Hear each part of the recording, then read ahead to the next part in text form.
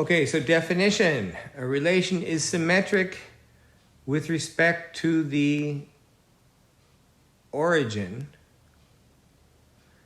if replacing every x with minus x and every y with minus y at the same time gives an equivalent relation. In other words, gives you the same graph. So they're really saying that if you reflect in the y-axis and then reflect in the x-axis, and you get the same graph, that would be symmetric with respect to the origin.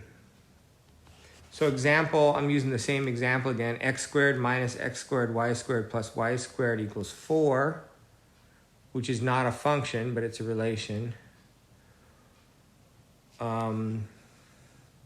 Replace the x's with minus x's and replace the y's with minus y's.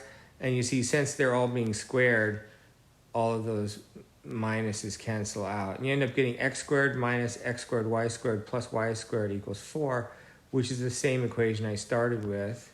So the graph is the same, of course. So it's symmetric in the origin, or symmetric with respect to the origin, if you wish.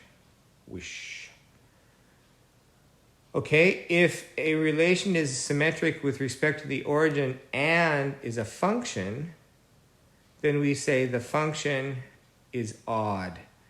So symmetric in the origin for functions is equivalent to the function being odd. Symmetric in the y-axis for functions is equivalent to the function being even. Okay.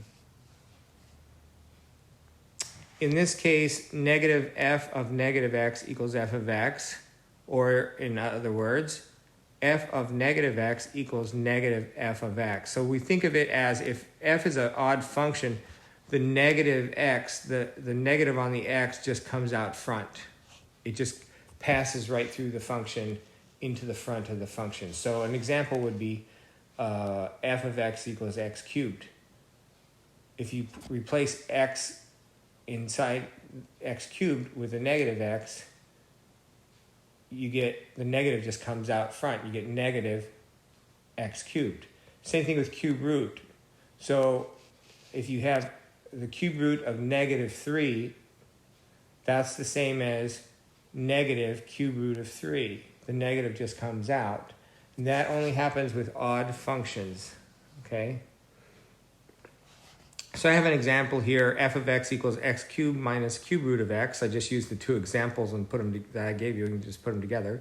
This is symmetric with respect to the origin and is odd because minus f of minus x, that's changing the y and the x to negatives, equals, right, the opposite of the quantity negative x cubed minus cube root of negative x, which equals the opposite of the quantity negative x cubed plus cube root of x, which equals x cubed minus cube root of x, which is the same thing as f of x. Blah. So it's just a computation. You plug in the minus x for x and the minus y for y, and then you compute and see if you get the same thing.